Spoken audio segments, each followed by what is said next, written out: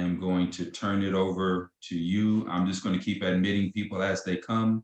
But just before we get started, everybody, we have Billie Miles. He's a certified financial planner, does millions of dollars in financial planning for different high-level financial people.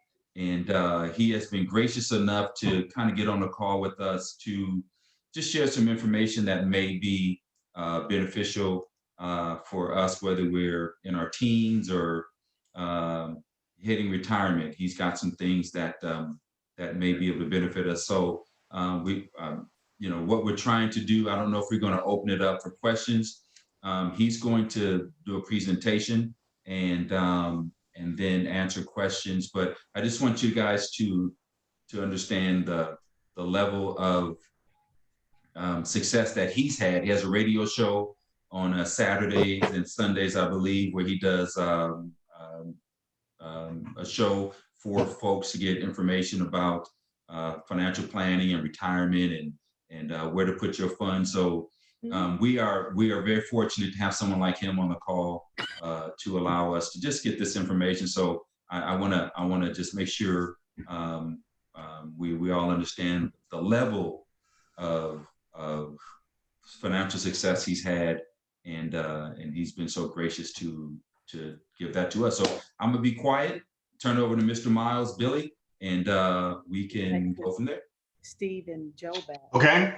Actually, if you can just give me a couple of minutes here, Steve, just to get my slides up.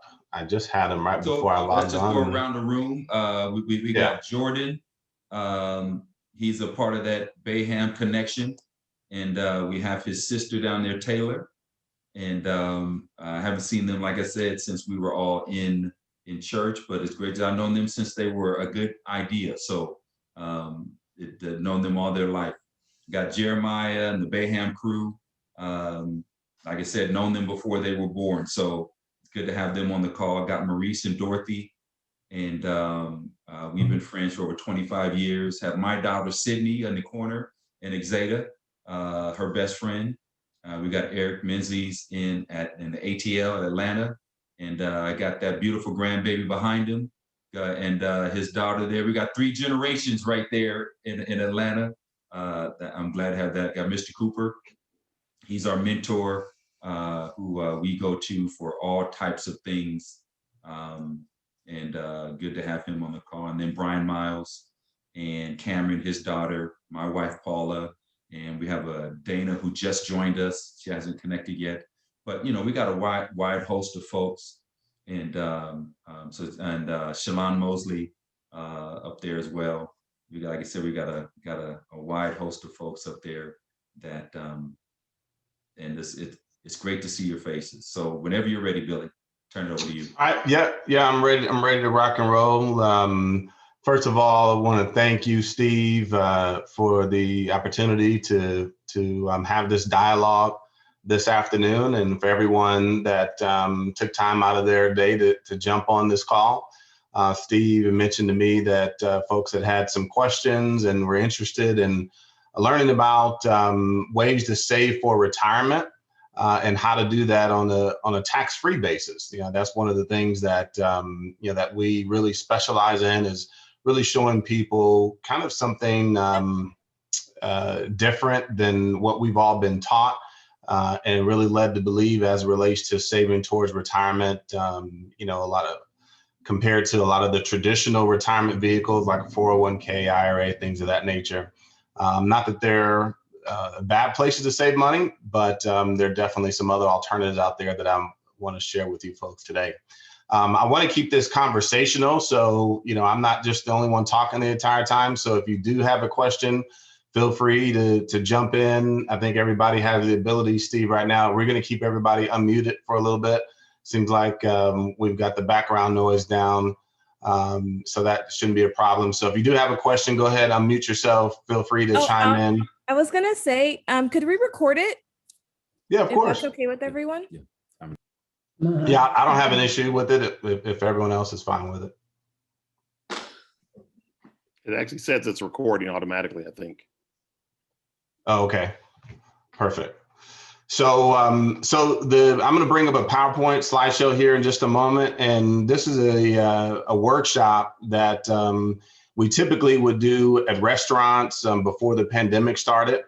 We'd have 40, 50 people come out to a restaurant and do an educational workshop about investing, saving for retirement. A lot of our clients are either retired or planning to retire soon.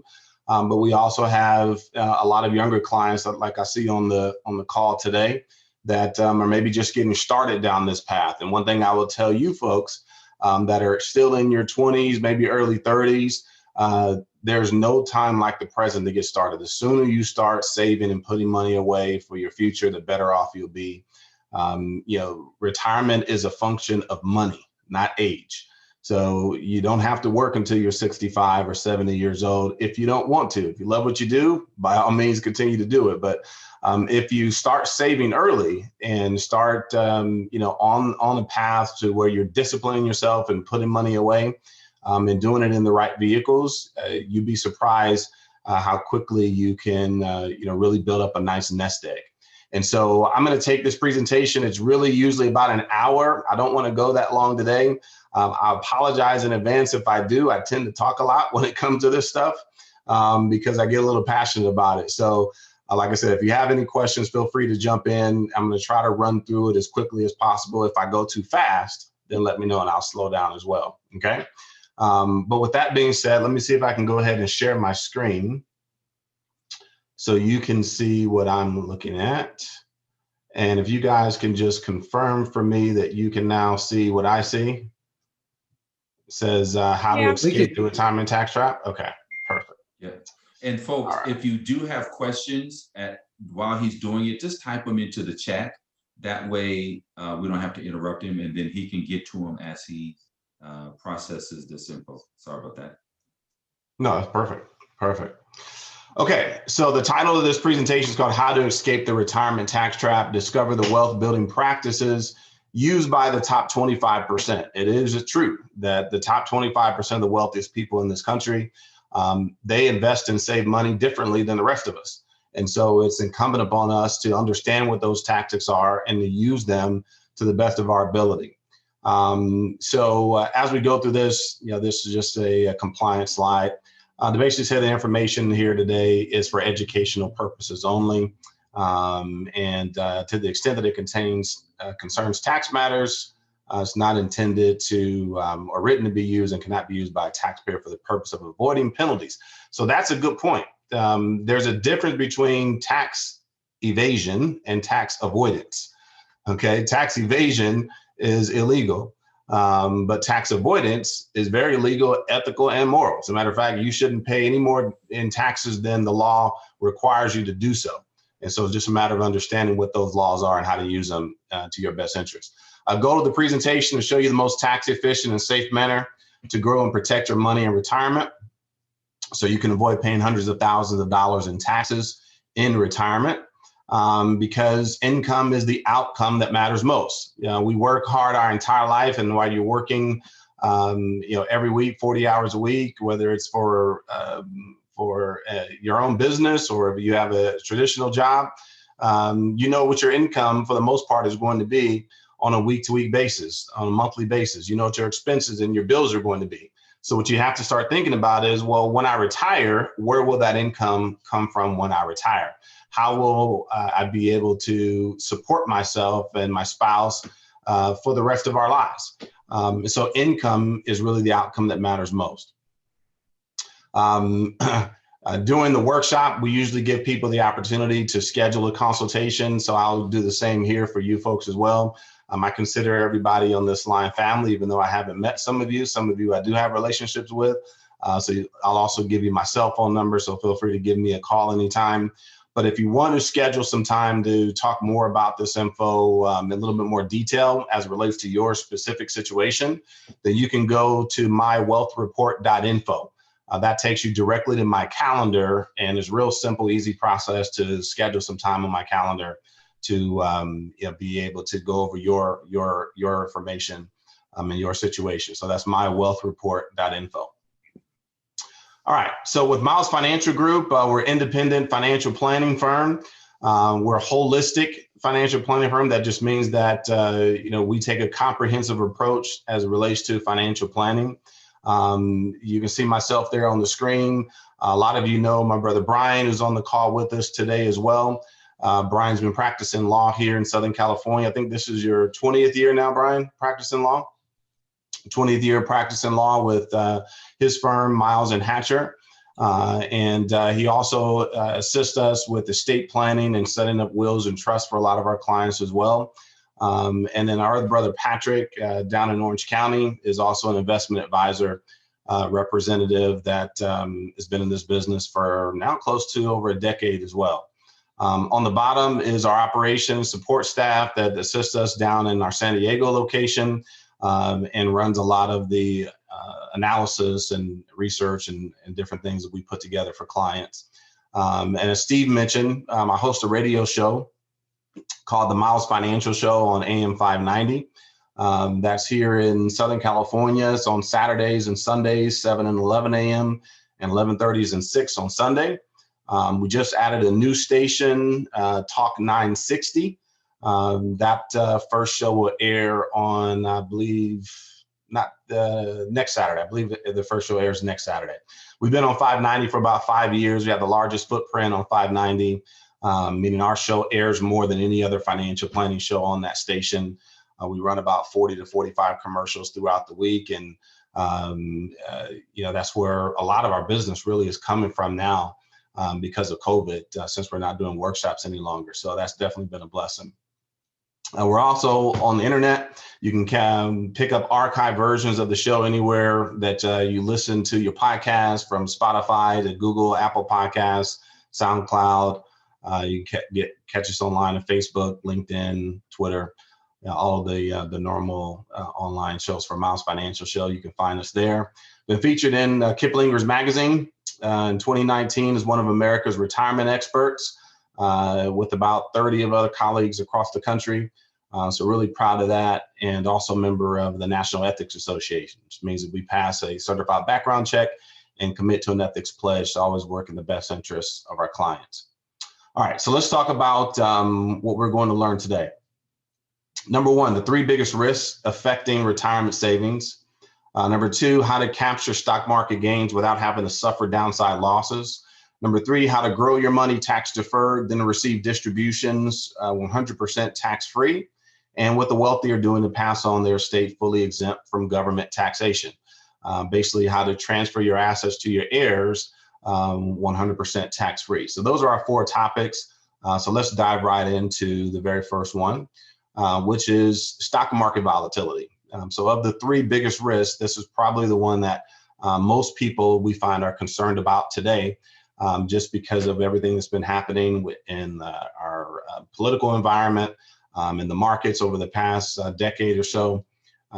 It's become a very hot topic. So for those of you that have already built up and saved money inside your 401k, IRA, any other investment vehicle that you may have, your portfolio may look something like this. We call it a beautiful pie chart, rainbow pie chart portfolio.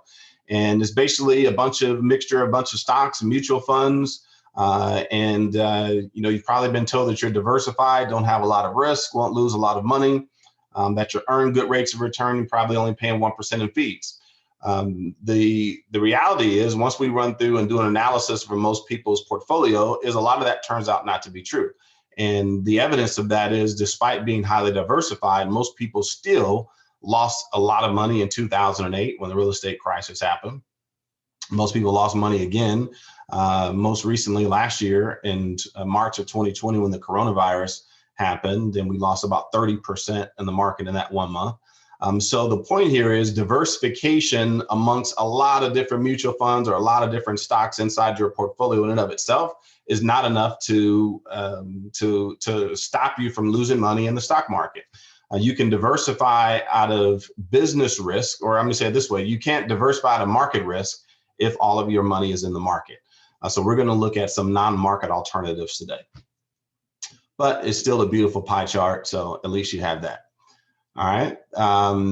So let's take a look back at history. In the investment world, there's a famous saying called buy and hold. And that just simply means that you don't try and chase market returns, right? You don't try and chase the market like some of you may have seen GameStop and AMC that just went crazy, here over the last few months. And so people, they go in and they buy these stocks, and we call it emotional based investing. And regardless of whether the stock is making money or losing money, you're told to buy and hold, just to ride it out, and everything will be okay. But when we look back at the history of the S&P 500, that's not always true. And so let me give you a quick history lesson. In January of 2000, the S&P 500 was sitting at 1,469 points. And I don't want to make any assumptions here, so I'll just say the S&P 500, for those of you that may not be familiar with that, that's the 500 largest companies in the United States, makes up the S&P 500. So most economists look at that as an indicator of the overall market, what the stock market is doing as a kind of a benchmark index. So in 2000, it was at 1,469 points. By 2018, it risen to 2,500 points. And over that time frame, if you rolled out the market the entire time, that would be about a 70% gain total from 2000 to 2018. But when I do this presentation live and I ask folks, well, what do you think your actual real rate of return would have been throughout that entire time frame? On average, what do you think the stock market typically gives you in terms of returns? And we'll hear things like 10%, 12%. One person's at 15% once. Never do we hear anything in the single digits, by the way. But the truth is, from 2000 to 2018, the stock market only produced a 2.85% compound annual growth rate. And so, that's less than the rate of inflation. Inflation has averaged 3% the last 100 years. So, it's really not worth all of the headache, all of the ups and downs, all of the sleepless nights, worrying about what's happening with your money, if you're only going to receive a 2.85% rate of return. So how did that happen? Well, from 2000 to 2002, we lost 50% of the market. And like I said, I want this to be a little bit conversational, so I'm not just the only one talking. Who remembers what happened between 2000 to 2002, why the market crashed 50%? What happened in the 90s preceding that led to that 50% loss in those 3 years? Anybody remember what that was? 9/11? 9/11, absolutely. 9/11 was part of that, 2001. And that's what we call a black swan event, something that's unpredictable, but that ultimately ends up having a major impact on the market. But there was also something before 9/11 that was taking place right before the turn of the century in the 90s. What was that? .com. The .com, exactly. So for some of you younger folks, the .com boom started in the 90s when I was in college. And folks were making money hand over fist in the stock market. They thought it was going up, thought it would never go down. And sure enough, the .com boom turned into a .com bust. And that's when we lost 50%. So when you lose 50% of your money, what do you need in order to break even to get back to where you were? What return do you need? If you lose 50% one year, what kind of return do you need the second year to break even? 50%. 50%. Well, think about, so let's put that to the test. If I have $100,000 and I lose 50% of that, how much do I have left? 50,000. I have 50,000. So then if I earn 50% on that 50,000, half of 50,000 is only 25,000, right? So now I'm back at 75,000. So I actually didn't get back to where I started from, even though I lost 50%, I gained 50%. If I'm only back at 75,000, that means I have a negative 70 or negative 25% annualized return. So that's one of the things that you really want to make sure that you understand is averages don't really tell the whole story. If you earn 50, lose 50, earn 50, your average is 0, but your real rate of return, the real amount of money you have in your account, is negative 25%. Does that make sense to everybody? Yeah. So from 2002 to 2007, to get back to even, we really needed a 100% gain to get back to where we were. And just as we're feeling good about that, from 07 to 09, we had the real estate crisis where we lost another 50%. And to get back to even again, we need another 100% gain to get back to where we were. So you have this constant up, down, up, down, up, down. And if you draw a straight line all the way across from 2000 to 2013, that's a 0% return for 13 years. 0% for 13 years. And you haven't factored in taxes, haven't factored in inflation, or if you're paying any fees in your 401k or to an advisor. So you may have actually earned a negative rate of return during that 13-year period. Most people have never seen this presented this way. You know, we always think the market will go up, or if I lose money, I'll just ride it out, hang in there, and it'll come back. Well, you know, when you're younger, you have the ability to ride it out. As we get older, though, you know, we don't want to wait 13 years just to get back to where we were. The whole point of investing is we want to continue to grow and have our money working for us, not working against us. And so, you know, the question is, what do you think the market will do from here? You know, since 2009 through today, 2012 or 2021, we've had 12 years of the longest bull market in American history. The market has been going up higher and longer than it's ever had in the history of our country. We typically see a bear market, which is a loss of 20% from the previous high. We usually see that historically about once every 7 years. So if we're going on 12 years without one, where does that tell you? Or where do you think we are today? Do you think we're continue to go up and up and up like everyone thought with the .com era? Or do you think we may be overdue for a correction? Most people believe that we're probably overdue, that at some point we're going to see the market come back down to earth. And let's look at history from 1929 to 2019.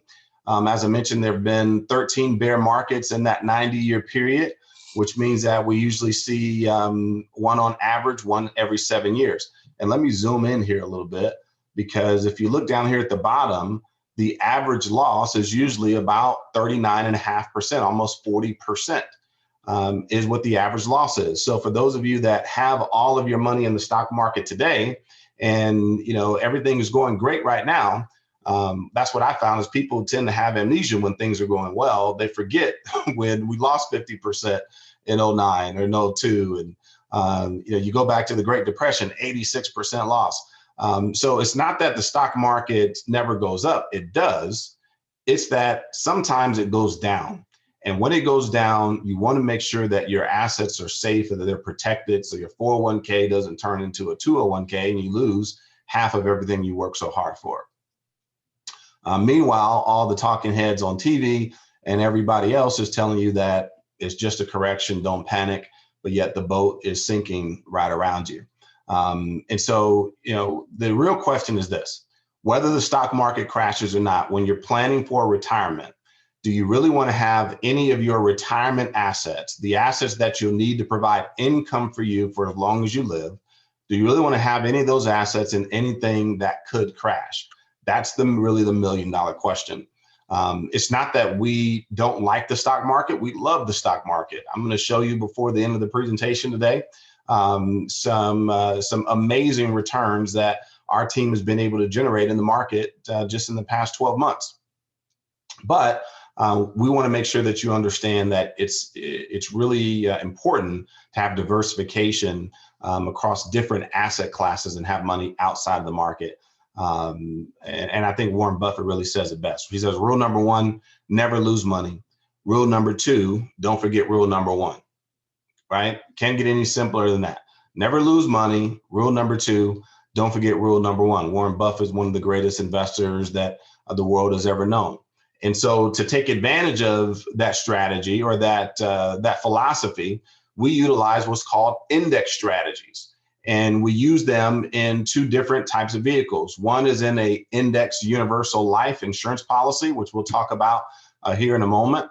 But we also use them, that's more so for ongoing contributions, right? So if you have 15, 20 years to go before you plan to retire, in some cases 5 or 10 years before you plan to retire, depending on how much you're contributing, we'll use an IUL. And we'll talk in more detail about that. But if you already have large sums of money saved inside of an IRA or 401k, and you have the ability to roll those funds over to have them to put them in a safer vehicle to protect them, then we can use an index annuity. And that's what the green line represents. So that red line, that's the S&P 500, the roller coaster ride that we've been on since if you had 100,000 in 98, it goes up to 151. By 2002, it drops down to 90,000, gets back up to 151 in 07, then drops back down to 93,000. It's not until 2013 that you get back to your previous high point. But as I mentioned, the good news is since 08, 09, we've been in this bull market, this long ride up, okay? Until you get to this upside down V, which, what do you guys think that is? What do you think this upside down V represents here? What caused that last year in 2020? I think somebody mentioned it earlier with the coronavirus, right? We had the coronavirus in March of last year, and the stock market lost 30% in that 1 month. It was the fastest drop in US history.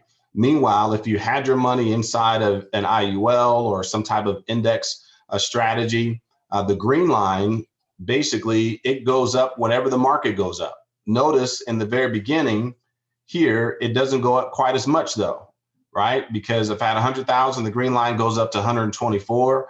If I had my money all in the stock market, I'd be at 151. So some people may say, well, why would I ever do an IUL or why would I do an index annuity? I can get more gains in the stock market. That's true. The stock market gives you 100% of the upside, but it also gives you 100% of the downside. So you have to choose. Would you rather sacrifice some of the up for none of the down? In other words, if you could get 50% of whatever the market does when it's positive, but always sit the bad years out when it's negative and have a contractual guarantee you can never lose money, which one would you choose? Well, over time, you can see because the green line avoids two things. Number one, it avoids the loss. So this 50% loss from 2000 to 2002, the green line is basically going to flatline, sit the bad years out. So it's going to avoid the loss. That's number one. Number two, the second thing it would do is it avoids the recovery. I had someone come into the office, a few weeks ago. And they said, well, after the coronavirus last year, I lost 30%, but, I've had a gain of 25% since then. Or no, I think this is a gain of 40% since then. I said, okay, great. So is that the highest that your account has ever been? And they said, no, not yet, but I'm still, working my way to get there, because if you lose 30% in the market, you need a 43% gain just to break even. So I already knew that he didn't really have a gain like he thought he had. What he had was a recovery. Does that make sense? So with the IUL, you never have to worry about a recovery because you stay at this 124,000. And when the market starts to grow again, you pick up right where you left off, and you're always at the highest point that you've ever been along the way. And over time, you have the opportunity potentially to outpace the market. So when we talk about creating income, because remember I said at the beginning, income is the outcome that matters most.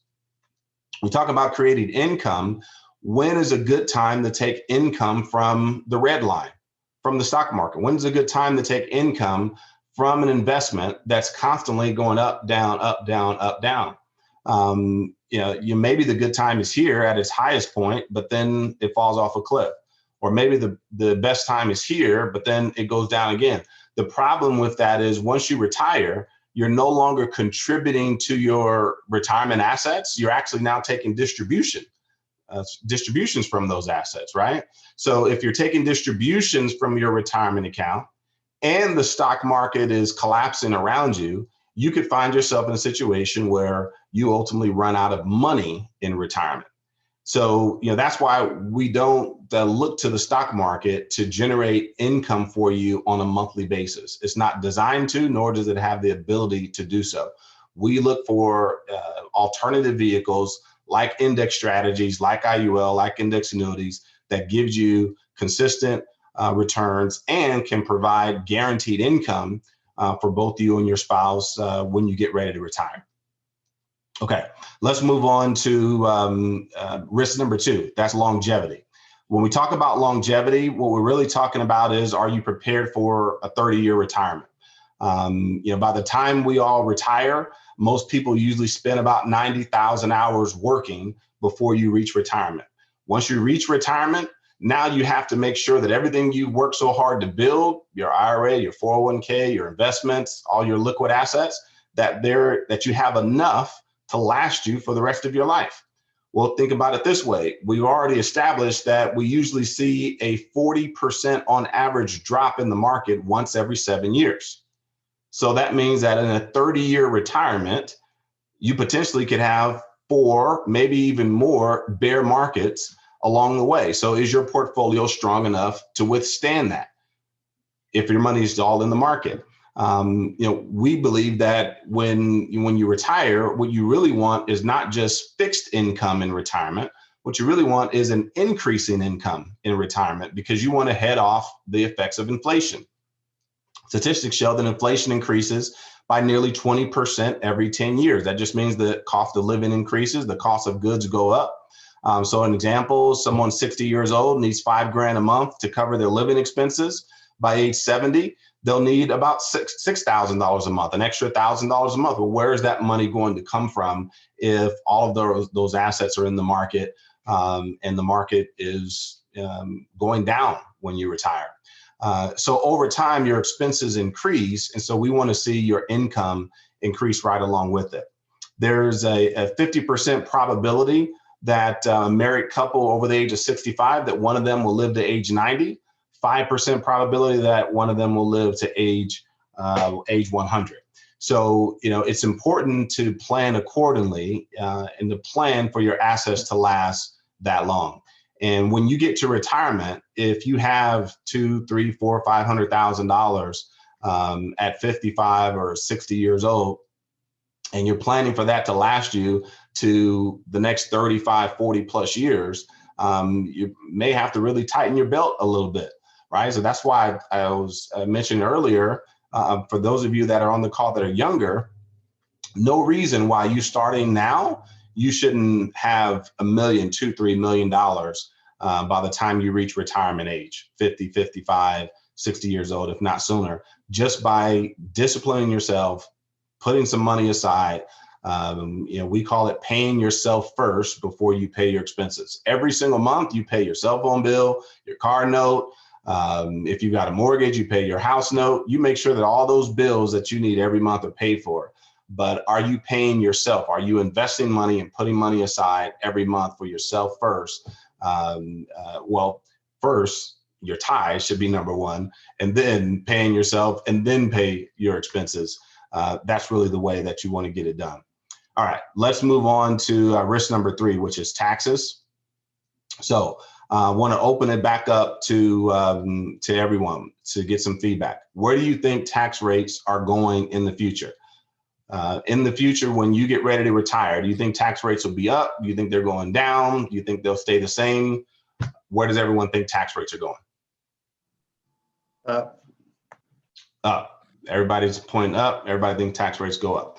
I happen to agree with you, and history backs that up. But if we believe that tax rates are going up, and we look at this $1,000 bill as a portion of your money that you save for retirement, your current tax rate means the government is taking out about a third, maybe a little bit more than a third of the money that you set aside for retirement. Okay. But if tax rates are going up, that means that tax deferral is not good for you. It's great for the IRS. It's not good for us. Why? Well, what is tax deferral? Tax deferral is you get a tax deduction on money that comes out of your paycheck. That money goes into your 401k or 403b, 457, depending upon the nature of your employment. And you receive a tax deferral, meaning the growth of that money over time does not get taxed until when? Until you get ready to retire and you start taking money out. Well, if tax rates are going up, tax deferral just means that your future tax rate, the government is going to take a larger portion of your retirement for themselves, as opposed to you being able to use it for your own purposes. And so we have to really ask ourselves, does that philosophy still make sense? Well, let's go back in time and look at history and see really where that idea of saving money inside of 401k, where did it come from?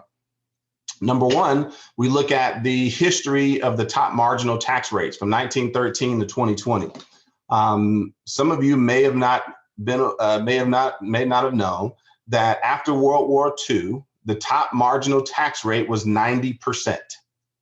90%. So that means that your let's just say if the top marginal tax bracket was started at 100,000, every dollar over 100,000, you were taxed at 90%. The government kept 90%, you get to keep 10%. So when we look at where tax rates are today, the top marginal tax rate today is about 37%. Okay. So tax rates are already historically low, but the idea that tax rates will be lower in the future, most people still hold on to this idea. Let me show you where it came from. In 1980, there was new legislation introduced called Section 401k of the US tax code.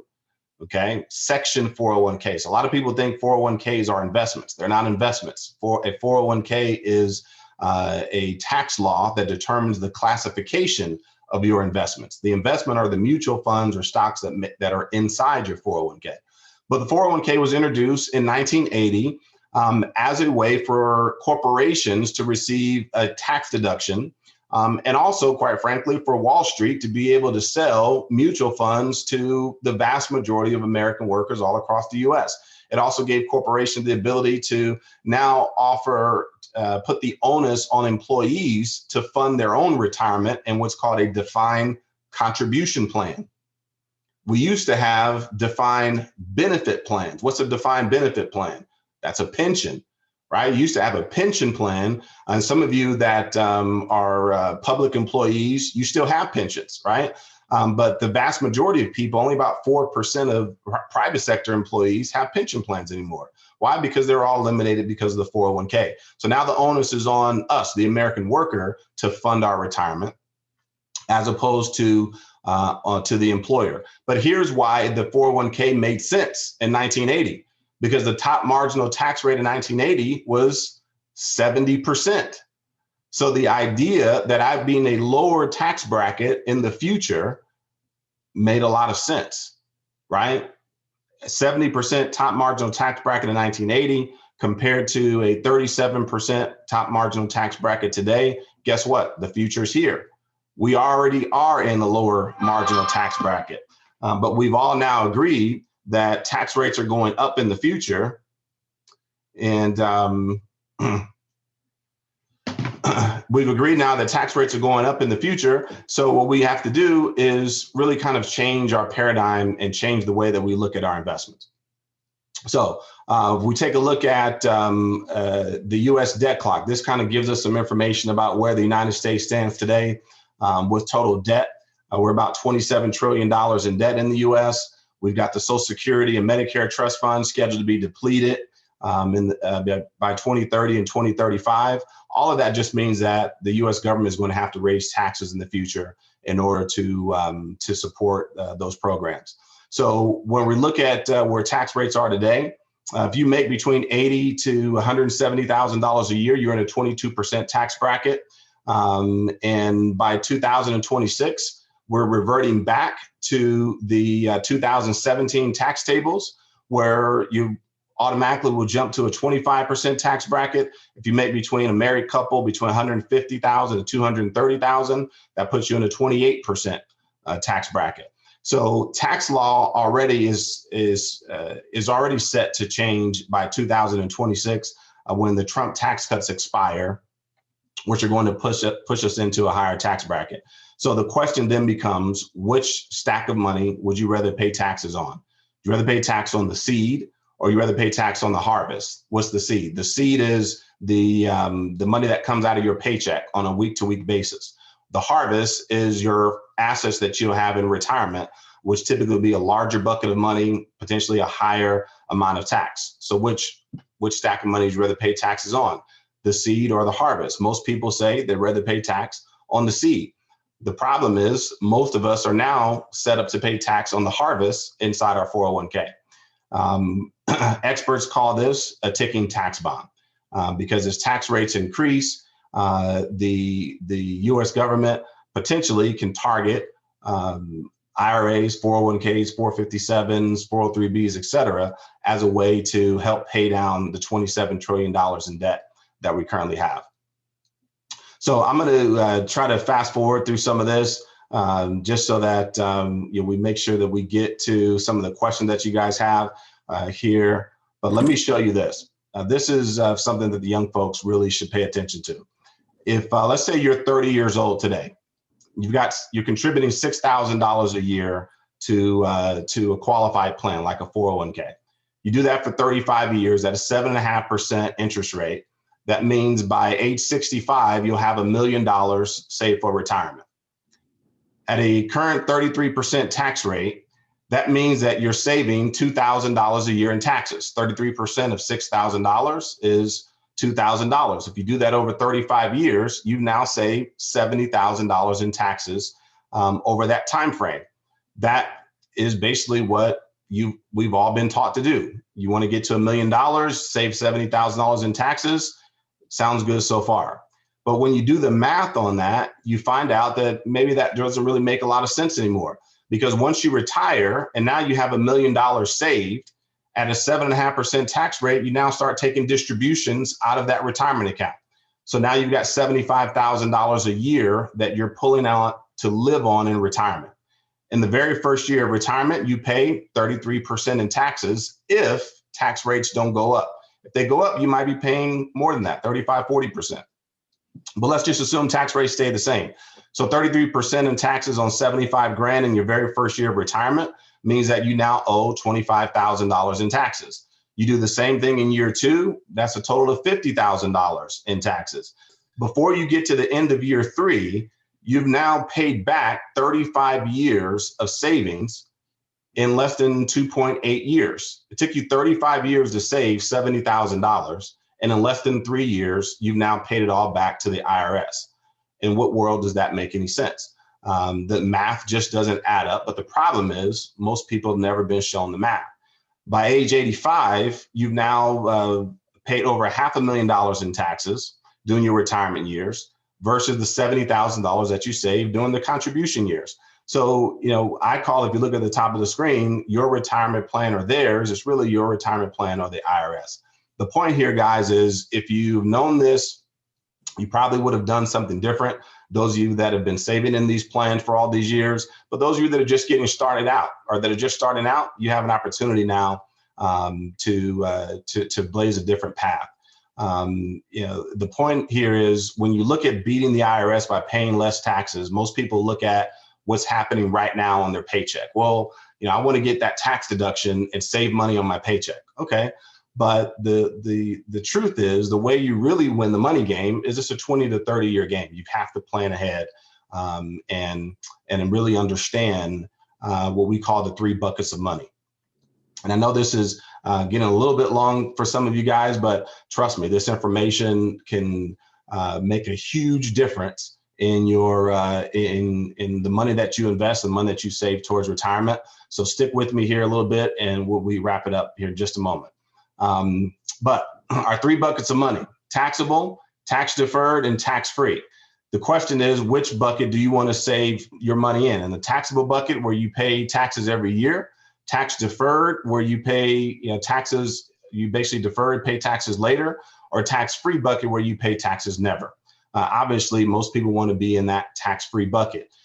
There are 3 common vehicles in the tax free bucket: municipal bonds, 529 plans, which are used for education, HSA plans, which are used for health savings, for healthcare expenses, and Roth IRAs. Roth IRAs are great, but unfortunately they have contribution limits. In 2021, the most you can contribute to a Roth IRA is about $7,000 a year. So if you want to contribute more than that, we need to look at other alternatives. So let me show you what some of these alternatives look like. If we look at IRAs, mutual funds, CDs, annuities, real estate, and you see all the red on the screen, that's basically telling you that they don't really add up to the things that we want when it comes to retirement. What we really want is something that has no risk, has guarantees, there's no penalties. That's leveraged, tax deferred, tax free. Everything we want is in this green column. The traditional investment vehicles that most of us are familiar with all really kind of fall short. So when we look at section or alternatives in Title 26, that's where we find Section 72E, which determines the #1 tax minimization retirement vehicle, which is a properly structured tax-free insurance contract. So those of you that have heard the term IUL, that's where IUL comes from. It was created by 3 congressional acts, TEFRA, DEFRA, and TAMRA, and it gives you 3 tax benefits. #1, tax-free growth of your money, tax-free distribution of the money, and #3, tax-free wealth transfer. Tax-free growth means the money grows tax-free. When you retire, you take the money out tax-free. And when you pass away, you pass on your estate to your children, grandchildren, 100% tax-free as well. Let's take a look at a quick example, and then we can open up for questions. So in this example, we've got a 46-year-old couple. They plan to retire in 19 years at age 65. Their current strategy, they're making $3,000 principal payments on their mortgage to pay their mortgage off faster. They're contributing $7,000 a year to their mutual funds, and they're paying $15,000 a year into their pre-tax 401k. Okay. We sit down with them, run an analysis, do a side-by-side comparison, and we let them know, listen, your goal really is to leverage the taxable money that you're already spending so that you can create tax-free money for life. We know tax rates are going up, so we don't want to participate in that. We want the tax-free money that comes along with the proper planning. So we take the $3,000 a year that they were contributing to their mortgage payments. Right now, interest rates are 2-3%. If you can earn 7-8% or more on your money with no risk and do so on a tax-free basis, then it just makes sense to redirect those dollars. We take the $7,000 that was going to their mutual funds, and now the $10,000 in after-tax money from their 401k, and we redirect that into an IUL. All of this happens with no lifestyle change or no additional savings required. Basically doesn't cause you to have to change anything that you're currently doing today. So take a look at this spreadsheet. What this does is track their $20,000 a year on the left-hand side every year from age 47 through age 65, okay? And we compare that to investing in an IUL, in a taxable account, a tax deferred account like a 401k, or a tax exempt account like a Roth IRA. And we just want to see, where do we end up? And we just use math. A lot of times we have thoughts, ideas, or feelings, or we heard someone say this, or someone else told us this. I like to make decisions based on facts and data. And the data says that at age 66, this couple will be able to start taking out $65,000 a year, 100% tax-free for the rest of their life. If we tried to replicate that same scenario in a taxable account, in a tax-deferred account, first of all, in a tax-deferred account, we'd have to take out $108,000 in order to net $65,000. Why? Because we pay tax on the $108,000. After taxes, we net $65,000. If we do the same thing across all 4 accounts, look what happens. By age 75, the taxable account runs out of money. By age 79 or 78, the 401k runs out of money. And by age 80, the Roth IRA runs out of money as well. Meanwhile, your IUL contract is still pushing out $65,000 a year, 100% tax-free. And if you look down here at the bottom, if you live to be 95 years old, you pass on just shy of $1 million in tax-free wealth transfer to the next generation. To me, that just makes a lot more sense. And the total premium contributed along that time frame, $380,000 they would have put in over that 19-year period. They would have taken out $1.9 million in total tax-free distributions and had just shy of $1 million tax-free death benefit to pass on to the next generation. Guys, that's what an IUL can do for you. One of them, I'm going to fast forward a couple of things I want to show you when we talk about market investing. So let me go back one slide here. So we call this protect the nest and invest the rest. So once we've built out a strategy to give you an exit plan, right, to build out a retirement plan. So we've now set aside a portion of your assets to create income for you in retirement. We've done that on a tax-free basis. Once we've protected the nest, now any additional money that you have left over, we'll show you how to invest it. We use third-party management, which is professional money management, which are basically money managers that watch your assets on a day-to-day basis. They're trading stocks and helping you get the best rate of return possible. Not just a passive mutual fund that could get killed when the market crashes, but these money managers are on a daily basis, really making sure that you kind of avoid the train when it's coming down the tracks.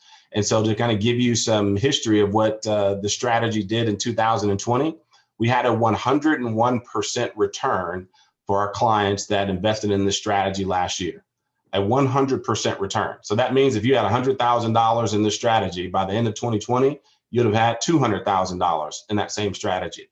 Compare that to Transamerica, Fidelity, Vanguard. They had good years as well, but we were #1 in the country compared to Morningstar.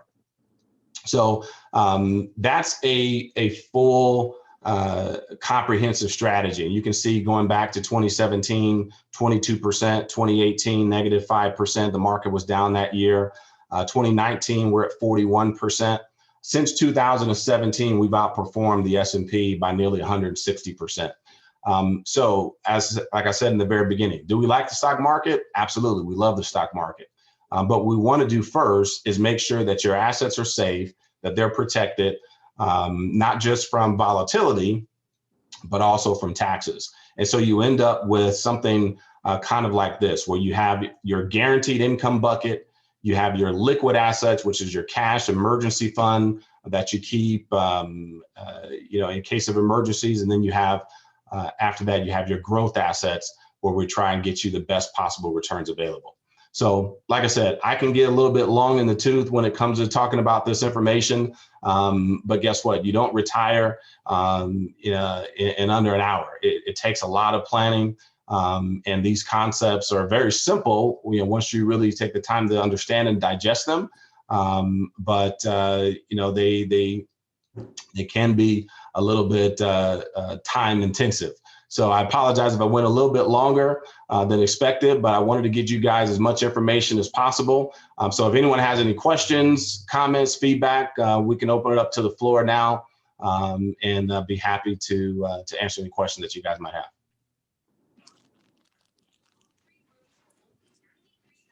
I just want to say thank you, Billy. This is Paula Johnson, and we have invested in an IUL with Billy. This is our second one I think we're doing with you, right, Billy? And it's been mine individually, and then we did one just recently again. And it has been, we've been really satisfied and pleased. It's great seeing the younger people on the call, because if we would have did this, 30 years ago, we'd be in a different situation, clearly. But we're happy with the outcome that we've had so far, and just want to let everybody know that it's a good situation for us. Awesome. Yeah, actually what we're doing now, Paula, we did the IUL, I think that was maybe 2-3 years ago now. We set up the IUL, maybe a little bit longer. And so recently, we protected the nest. So now we're investing the rest. So now we've got you in that strategy that last year did over 100% return. So we're going to try and replicate that as much as possible this year as well. So anyone else have any questions? There's some questions in the chat. In the chat? Okay. Let me see if I can pull it up. Hold on. Let's see.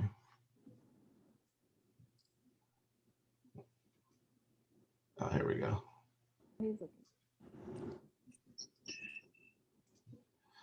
Okay, so how does the IUL stay level when the stock market goes down? Is the money invested in the IUL product provide a guaranteed rate of return? Okay, good question. So the IUL stays level when the market goes down, number one, because it's never invested in the stock market in the first place. What it does is mirror the performance or the upward movement of the market, right? So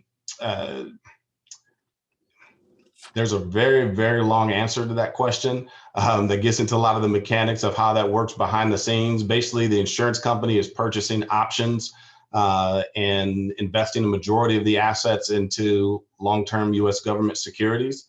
However, I'll just keep it simple and say this. The money's never at risk. It sits inside the general account of the life insurance company. We only use the top A-rated insurance companies out there. As a matter of fact, we work with about 25, 30 different insurance companies. And the one that we use the most often, it's been in business for over 100 years, A+ rated. It's the largest life insurance company in the United States. So the money sits inside their general account, and they actually never invested in the stock market. So if the market goes down, the money's never at risk. What they do is they invest the dollars, or I should say they credit interest to your account based upon the money that they've made, they've taken the risk and have invested. So if you think about it that way, in other words, the insurance company is assuming the risk and you're transferring the risk to the insurance company. The same way you transfer risk when you buy car insurance or homeowners insurance or health insurance for that matter, right? In this situation, we're basically transferring the risk to the insurance company for our investments. So they take the risk. If the market goes down and they lose money, you never hear about it, because your account value will always stay level. If the market goes up though, they credit you a percentage of that growth. So let's say the market's up 10%, you may get 50% of that. So you might see 5% or 60 or 70%. Like I said, there's a very long, detailed answer to that question. If you want to go to mywealthreport.info, schedule some time in my calendar, then I'd be more than happy to show you exactly how all that works behind the scenes. But that's really the gist of how it's done. The other part of that question was, is the money invested in the IUL product provide a guaranteed rate of return? So no, it doesn't provide a guaranteed rate of return. The guarantee is that you'll never lose money. That's the guarantee. So you're guaranteed a floor of 0%. So it doesn't matter if the market's down 5% or if it's negative 50, you're guaranteed a floor of 0. The upside is still based upon the market being positive, right? So, you know, and when we look back throughout history, historically, these plans have averaged between about 8 to 9% historically. So you definitely will have some years when you have a 0 in your account because you won't earn any money, but you'll be happy about that because all of your coworkers would have got negatives in their 401k. And so you'll be happy about that 0. All right, let's see the next question. Can you show the slide about people waiting to invest as opposed to them investing at a younger age? You know, I don't know if I have that slide queued up. If you bear with me 1 second, let me get through some of the other questions and I'll pull that slide up. It's in another PowerPoint, but I can pull that up. Let me go through some of the other questions first. Why haven't many people transitioned to an IUL? Is there a catch? How much money does it cost to have an advisor to oversee your account, investment, savings, retirement plan? Great question, Taylor. So why haven't many people transitioned to an IUL? What I found is most people haven't transitioned to an IUL because they've never heard of it. And if they have heard of it, they possibly don't understand it. Most people, when you think about life insurance, you don't think about an investment. You think about life insurance, you think about a death benefit. Well, I need life insurance in case I die. I have some money to pay for my funeral or to take care of my kids, replace my income, et cetera. We don't typically equate life insurance with an investment. So that's one reason. Another reason why people haven't transitioned is because investing in traditional programs like a 401k, 457, 403b, it's easier, right? It's more user-friendly because your employer offers it. And so your employer comes to you and says, you know, we're going to offer you a 50% match up to 6% of your salary, and we'll take deductions directly out of your paycheck. Well, it's convenient for most people to do that. And so when you've been doing that for so long and your parents were doing that and your coworkers are doing that and your family and friends are all doing that, you just assume that I should do the same thing too. Until someone really sits down and shows you a side-by-side comparison, you can make the decision for yourself if it makes sense to continue doing that. I've run analysis where I've shown people that even if your company is giving you a match, still doesn't make sense to invest in a 401k. The average 401k fees range anywhere from 1% to 2% annually, can cost you, several $100,000s just in fees, and most people didn't know that they were paying. Compare that to an IUL. The second part of that question is, how much does it cost to have an advisor oversee the account? It doesn't cost you anything to have the advisor oversee the account.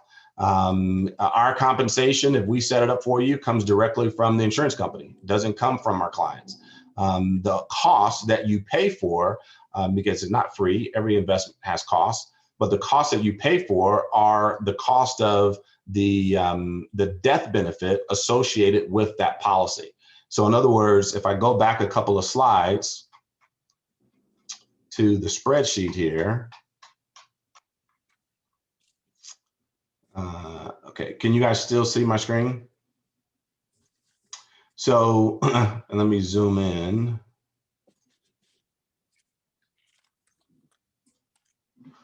So you see this first year, $20,000 premium. Well, the accumulation value that first year is only $17,000. That's because part of that $20,000 went to pay for this $424,000 death benefit. So that means if I die in the very first year, my wife would get $424,000. Well, if I contribute that same $20,000 to my 401k and I die, my wife would only get $21,000. Which one do you think she'd rather have, $21,000 or $424,000? So part of the cost that you pay for goes to the policy, to the death benefit of itself. But the reason why we want that death benefit is because that's what gives us the tax-free component of the plan itself. Without that, we pay taxes on it just like any other investment. Great question. Where is the money from the IUL coming from each year after retirement? Where is the money from the IUL coming from each year after? Are you referring to the $65,000 each year? Yeah. Yeah. Okay. So if you look at, and again, I'll zoom in here. So you see this second column here where it says 725,000. Mm-hmm. Okay. So that's the cash value that is now built up inside the IUL. So in other words, your account value is worth $725,000. So when we start taking out $65,000 in cash, it's coming from that $725,000. Okay. But here, that's actually a very, very smart question, Sydney. But here's where the IUL really separates itself from every other financial vehicle. When you take this $65,000 out each year, what happens? What do you notice about this 725 in this column? What's happening to it? It's going up. It's going up. The money in that column is growing. It's not decreasing. If I have, let's say I had $100 in my checking account and I take out $20, well, I'm only gonna have $80 left. So why is this account value going up even though I'm taking money out? And that's because of a unique feature inside IULs that does not exist in any other financial product. And that's something called arbitration or arbitration. It's called arbitrage. And arbitrage basically is the difference between the interest that you're paying versus the difference versus the interest that you're earning. Okay. So the $65,000 from the IUL, we actually take it out in the form of a loan. Oh, I'm sorry. I'm sorry. Okay, somebody can mute out. So this gets a little bit technical, but this is very, very important to understand. When we take that $65,000 out, we're actually taking a loan against the death benefit of the policy. So our cash value is 725, but our death benefit is 802, right? So you notice the death benefit is starting to go down. We're paying on average, call it 4% we pay on that loan of $65,000 every year. But I'm earning on average 7% in this example on that same money inside the account. So even though I've taken money out of the plan, I'm actually still earning money on the 65,000. Does that make sense? That's a little bit confusing, but think of it this way. If you got $100,000 at the bank, right? And you go to the bank and you ask the bank for a loan of $50,000. Okay, you've got $100,000 in cash. You go to the bank, you ask for a loan of 50 grand, personal loan. Do they take money out of your $100,000 cash to give you the $50,000 loan? No, they pull the money from their general account. You pay interest on that $50,000 loan. Your $100,000 cash is still sitting there. If you're earning any interest on it, maybe that $100,000 continues to grow and earn interest. Same thing happens inside the IUL. We take $65,000 out in the form of a loan. That's why it can continue for the rest of your life, because we're still earning 7% interest on that same money, even though I'm paying 4% on the loan. So that's a net arbitrage of 3%. So I'm making 3% on the money that I'm actually spending to live on in retirement. Does that make sense, Sydney? Did I explain that well? Yeah, that makes sense. Sorry, I'm very not good with numbers, so that's why I was confusing. But if you want to make more than 65 after you retire, is there a way you can put more into it to, like, say you want to live off of 100,000 instead of 65? Absolutely. Absolutely. So another great benefit of the IUL is there are no contribution limits, meaning you can contribute as much money as you want to it. And so that's usually one of the very first questions that I ask clients when we sit down with them is, when you get ready to retire, how much income do you want to have on a monthly basis? Is it 10 grand a month, 8 grand a month? You tell me, right? So if you say I want $8,000 a month or $100,000 a year, then I'll kind of work in reverse and tell you, well, then you need to save X number of dollars every month, every year, so that when you retire, you can have that $100,000 in tax-free money coming to you for the rest of your life. So yeah, so you can absolutely plan that out in advance. With just really having a good understanding of where you want to be when you retire and how old you want to be when you retire. Okay, perfect. Thank you. You're welcome. Great questions. Hey, Billy, this is Yep. Jack. Jack, Hey, thank Jack. you again, brother. Hey, so I asked about that slide when you were with the CWC, you showed us, since we have a lot of young adults on, and you compared someone who invests early in their retirement or wealth compared to us who have done it later, and the advantages of them doing it early on and how much money they can build up. That's what I was hoping you had, if you could show them that. I don't know if it was referring to IULs or what, but that was. Yeah. Let me see if I can find it. Okay. Give me 1 second. I'm actually, do you remember, are you sure that I don't think I had that in that last slide. I do have a slide that shows that, but I'm not sure if it's the same one that you're talking about, but give me 1 second. Let me see if I can find it. Hold on. Actually, you know what? You're right. I think I do have that. That's not it. Oh yeah, here it is. Here it is.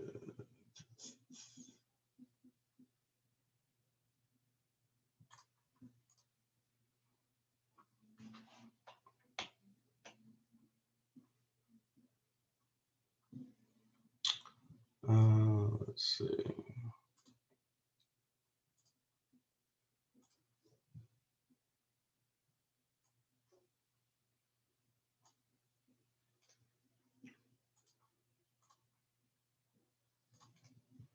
I think this is the one you're talking about here.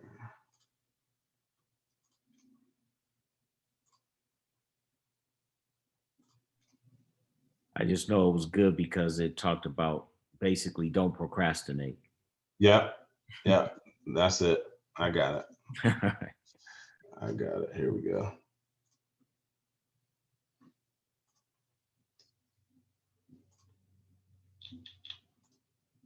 This is the one, right?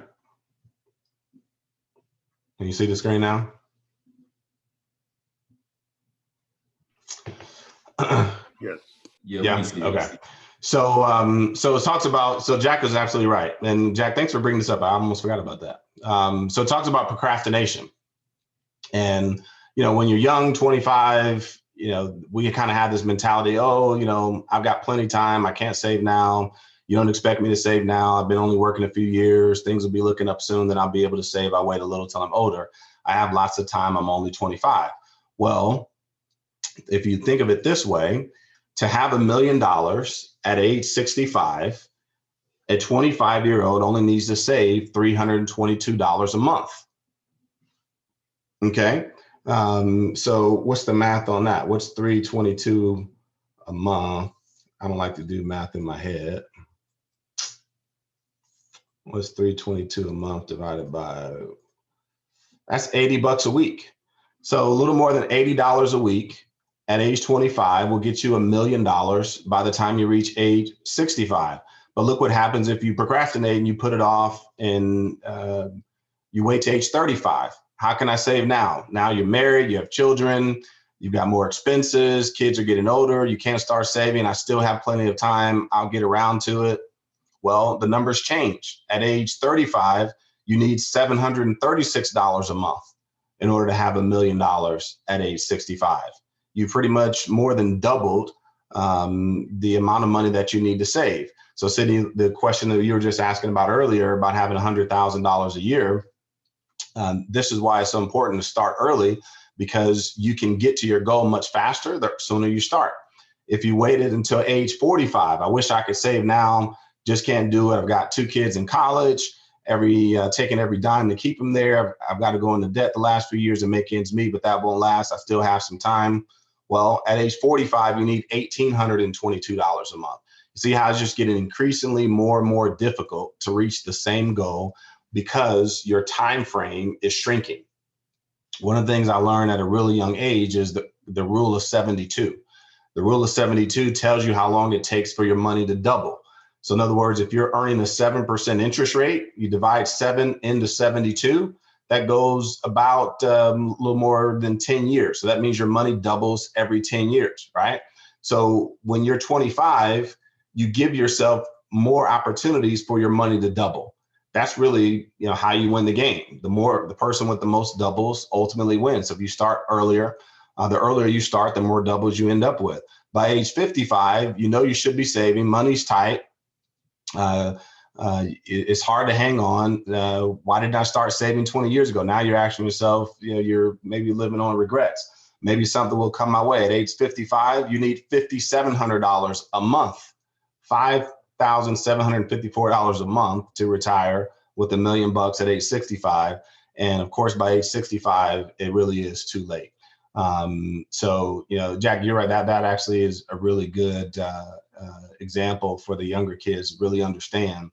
And I remember when I was in my early 20s, maybe 21, 22, a friend of mine told me about this type of concept, about saving money. And, at that age, I wasn't, just like most young kids, I wasn't really thinking about it. I was more focused on having fun in the moment and not really putting money away.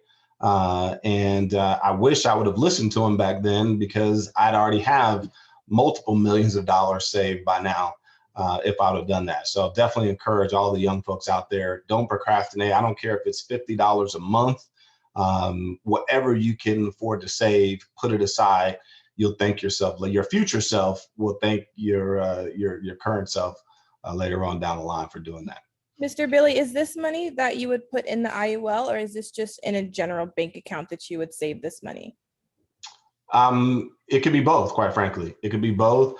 Putting money towards the IUL gives you a definitive plan to accumulate those dollars on a tax-free basis, right? We can build a strategy around that. But even if you don't use an IUL, just start saving money somewhere, right? That's really the point here about procrastination, is that you want to start saving somewhere, even if it's just into a savings account. Start putting money away. Now, if you want to put that money away and have it working for you, then an IUL obviously is a great way to do that. Some of the other investment portfolios that we have available, great ways to do that. But the point here is to start saving early as possible, and give yourself a better shot at reaching your goal later on down the line. Okay. All right. Okay, there are a couple more questions just came in. Are contributions to the IUL pre or post-tax? There are post-tax. So contributions to all IULs are post-tax. So that means that you go ahead and pay the taxes on your income today, and we invest the after-tax dollars into the IUL. Why do we want to do that? Because tax rates today are the lowest that they'll probably ever see them in your lifetime. So it makes sense to take advantage of the low tax rates today. Think of it this way. If you make the conscious decision to defer taxes, you're basically saying that I want to defer paying the lower taxes available today so that I can have the right to pay higher taxes in the future. Just ask yourself if you think that makes sense, right? So the IUL is all post-tax money. We want to go ahead, bite the bullet, pay the taxes today so we can get tax-free money later. Next question is, do you have to contribute monthly? And if so, is there a minimum, or can you just do a lump sum transfer but not add to it monthly? Yes, you can do a lump sum transfer. We have clients that have transferred hundreds of thousands of dollars into IULs all at one time. $300,000-$400,000 at one time. People have done it with no problem. There's strategies built around how to do that. So if you have money like in savings CDs or brokerage accounts, things of that nature, or if we're doing like a Roth conversion from an existing IRA or 401k, you can definitely do it in a lump sum. And you do not have to contribute to it monthly.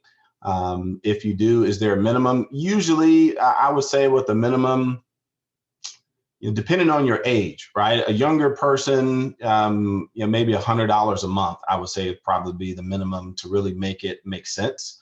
If you're in your 40s, 50s, we've got to make up for lost time, right? So you probably want to set your minimum, maybe 500. There's not a minimum per se in terms of a requirement to have the account, but to really make the account work for you the way that you want it to, you may want to set your own minimum. Are there consequences of exiting the plan early? What's the worst case scenario? Are fees increasing during the later years of the plan? Another great question. So the IUL is definitely set up to be a long-term planning vehicle. Can you get access to the money early? Absolutely. You can take distributions from the IUL with no penalty whatsoever. Unlike in traditional qualified accounts like IRAs, 401ks, if you take the money out before 59.5, you pay a 10% penalty plus 30% or more in taxes. So you could easily be looking at a 40% haircut for tapping into those accounts early. With an IUL, you can take money out early if you need to. Could be you could use it to buy a car. It doesn't have to be for retirement. You can use it to buy a car. You can use it to buy a house. You can use it to pay for a wedding. You can use the money inside your account for anything that you want to use it for, really at any time. You just have to keep in mind that any money that you take out early will not be there for you when you retire later on in the future. So it's flexible in the sense that, yes, you can take money out early. Now, in terms of exiting the plan altogether, if you mean canceling your contract and walking away from the IUL completely, then there are definitely some downsides to doing that, by all means. And the second part of your question is, are fees increasing during the later years? It's actually the opposite. Fees are higher in the earlier years and lower in the later years. When you need the money the most, by the way. So that works kind of the inverse to a traditional investment. Traditional investment, you pay on average 1% to 2% in fees. As that account value grows over time, the ratio that you pay in the fees also grows over time. You end up paying more fees as you get older later on in life, when you need the money the most. IUL works the exact opposite. You pay typically higher costs in the beginning of the plan because the death benefit is going to be higher. And we strategically reduce the death benefit over time. So as you get older, those costs go down over time as well. Next question. If you have a savings for a grandchild and you needed to access it, is it taxed, and who's being taxed, the policy owner or the beneficiary? Again, another great question. We set up plans for grandchildren all the time. As a matter of fact, I just finished one the other day for a prior client that wanted to set one up now for her granddaughter. She was just born, I think in June last year, so she's not even 1 year old yet. And her grandmother already set up an IUL for her. I call her trust fund baby because by the time she gets into her 20s, she'll have more money she can probably ever deal with. But if you need to access the money early along the way, let's say she wants to take it out to pay for college, right? Hopefully she gets scholarships. But if not, if she needs money to pay for college or for housing, she can take money out of the IUL tax-free. The granddaughter doesn't pay tax on it. The policy owner doesn't pay tax on it. The beneficiary doesn't pay tax on it. All the money comes out 100% tax-free. Paula says that's what I'm going to do. Yep, absolutely.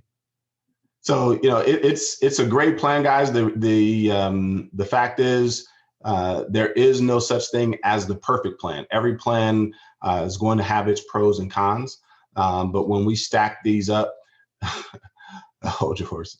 When we stack these up side by side, you know, it really is kind of a no-brainer when it comes to saving for retirement. All right, I think we covered a lot of ground. Any other questions?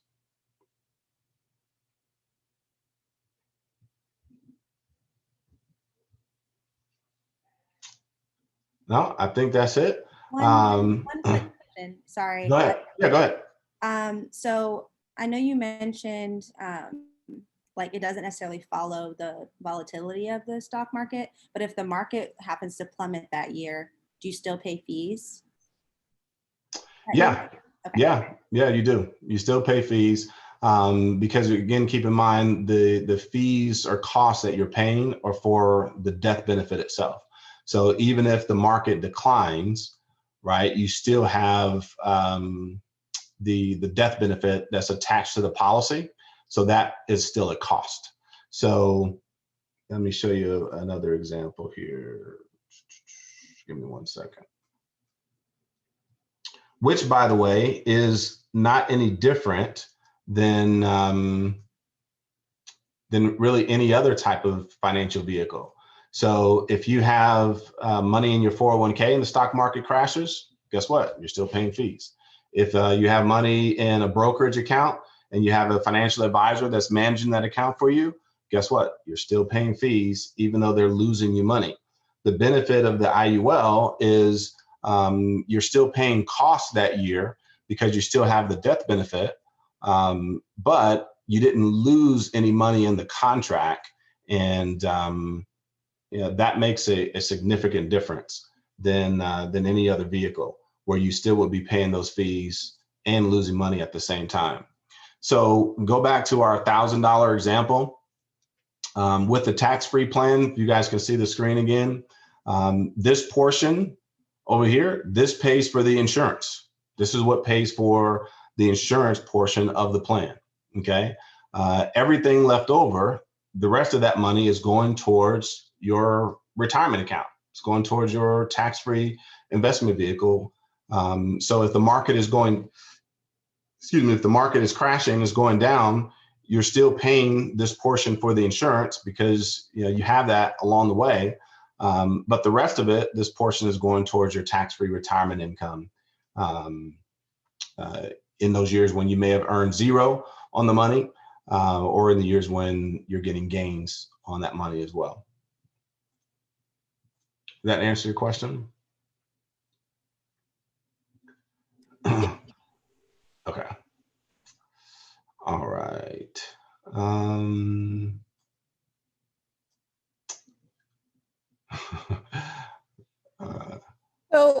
how do we do this then?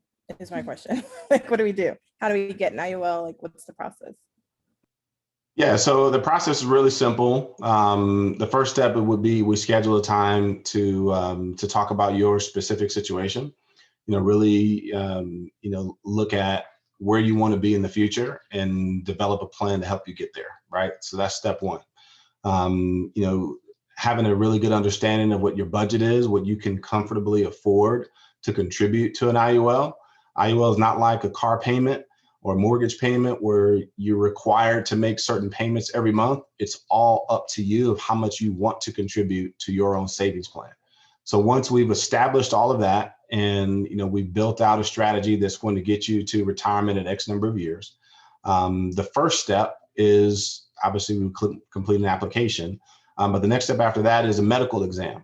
So since the IUL is tied to insurance, you have to take a medical exam. So they send a nurse out to your house and they take your blood pressure, check your cholesterol, blood tests, urine tests, all that good stuff.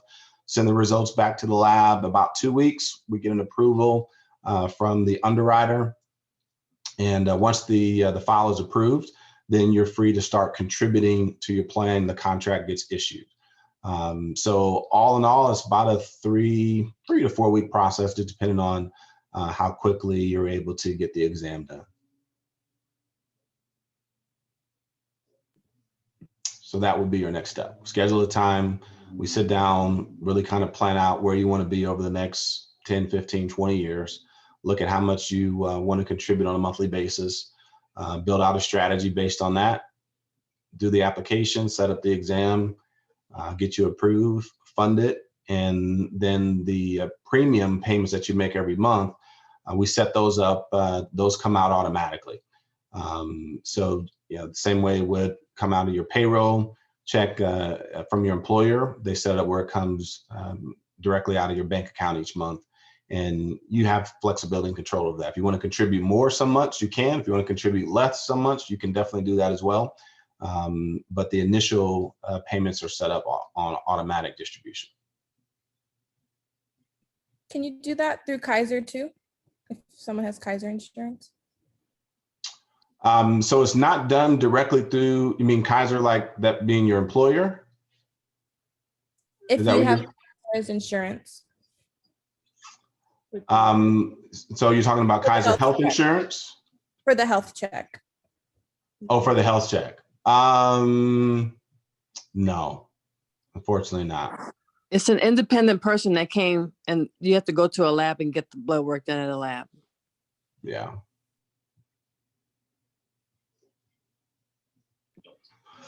Yeah. Someone asked if you get approved with pre-existing health conditions. Yeah, absolutely. Absolutely.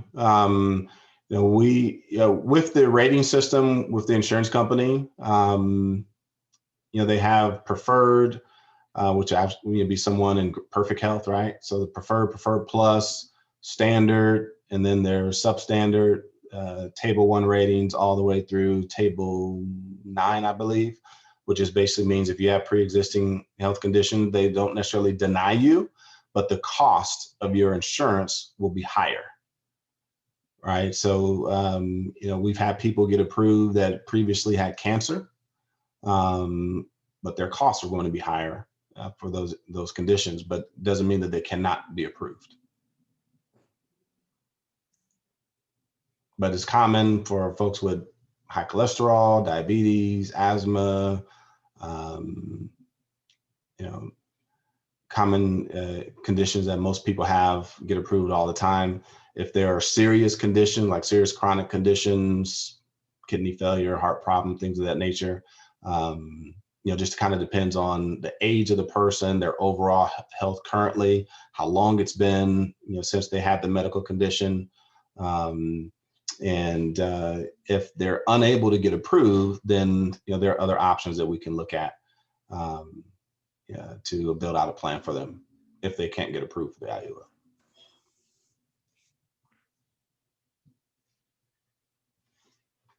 All right. Hey, Billy, is it possible you could go back to that slide to show everyone how they can schedule an appointment with you so they can do their individual planning? Yeah, yeah, definitely. Give me 1 second.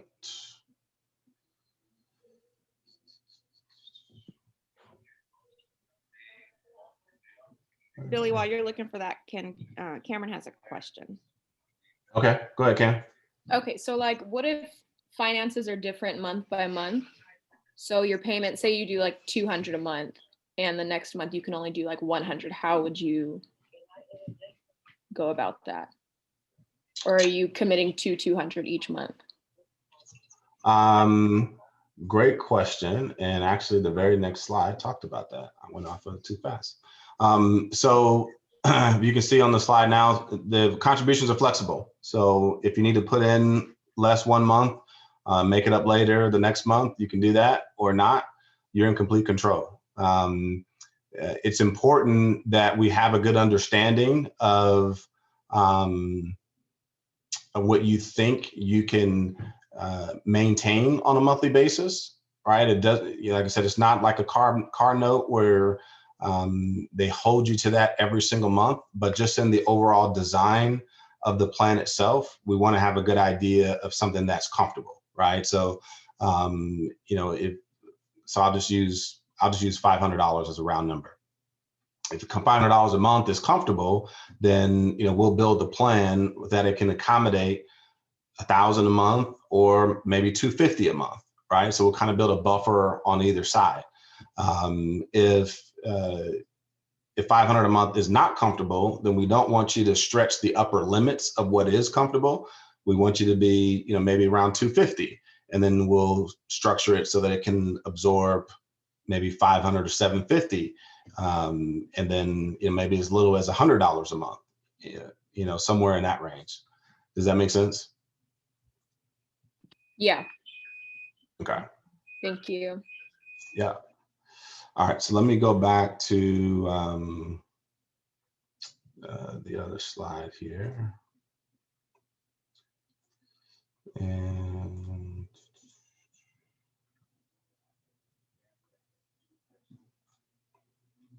put this up on the screen.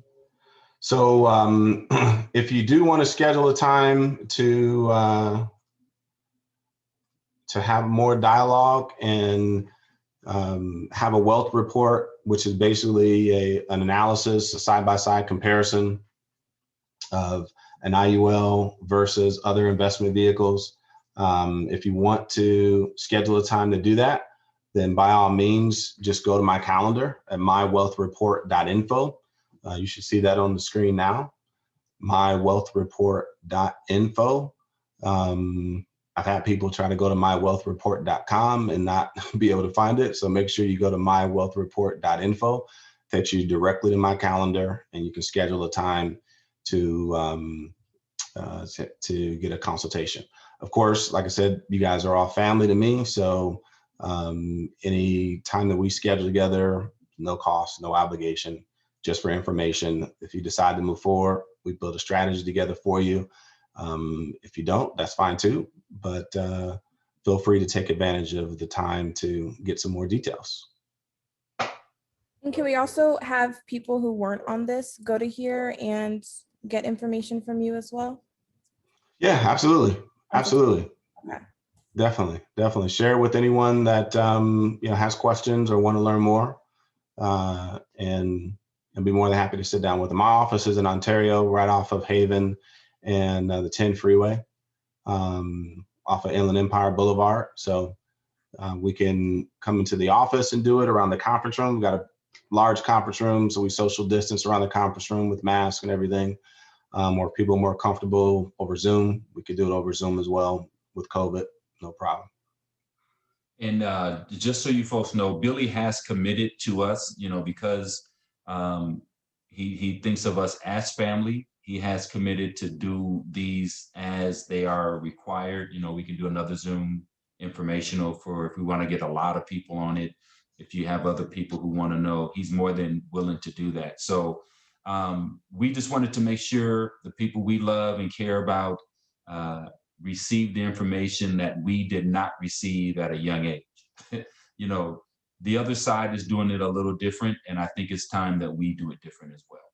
So thanks again, Billie, for your information. Thanks for your time. All you guys, love you for participating. It means the world to me. I just want to get as much of this information into the hands of the people I love. And no better person than, you know, a young man I've known, I don't know, since he was, what, 12, 13 years old. So trust him wholeheartedly. And we invest with him as a family. And just wanted to share that information with you guys. So with that, thank you. I appreciate you all. If you got more questions. Thanks. Thank you. Bye, bye. Nice seeing everybody's face. Bye, Cynthia. Love you. Good seeing you, Mama Miles, Joyce, Cynthia. Eric. See you guys. Bye, y'all. Bye, Jack. Bye, everyone. Bye, everyone. I'm walking back there. Tell him we said hi. Grandma, Papa G, they want to say hi. Hello. Who am I saying hi to? Hey, it's the Miles, the Menzies. Oh my goodness. The Hello, it's a lucky Arringtons. thing I got my hair cut today. You can see me with a nice hair. Yeah. Hi, you guys. What's Hello, going everybody. on? Happy New Year. Happy New I Year. haven't seen you guys from last year. The Coopers. Thanks again, Billie. Oh, my belief. All right, no problem. All right, We'll talk guys. later. Joyce. Take care. Bye. Okay. Oh, my Bye, belief. thank you. Wow, she looks great. They look great. Yeah, Mama Pearl, they look great. That's a trip. Yeah. All right, you guys. All righty. All right, brother. Safe travels, brother. Yes, sir. I'll try and See you on stop. this side. Yeah, I'll try and stop by. All right. All right. Hey, and tell Allison stop cleaning. You should be doing that.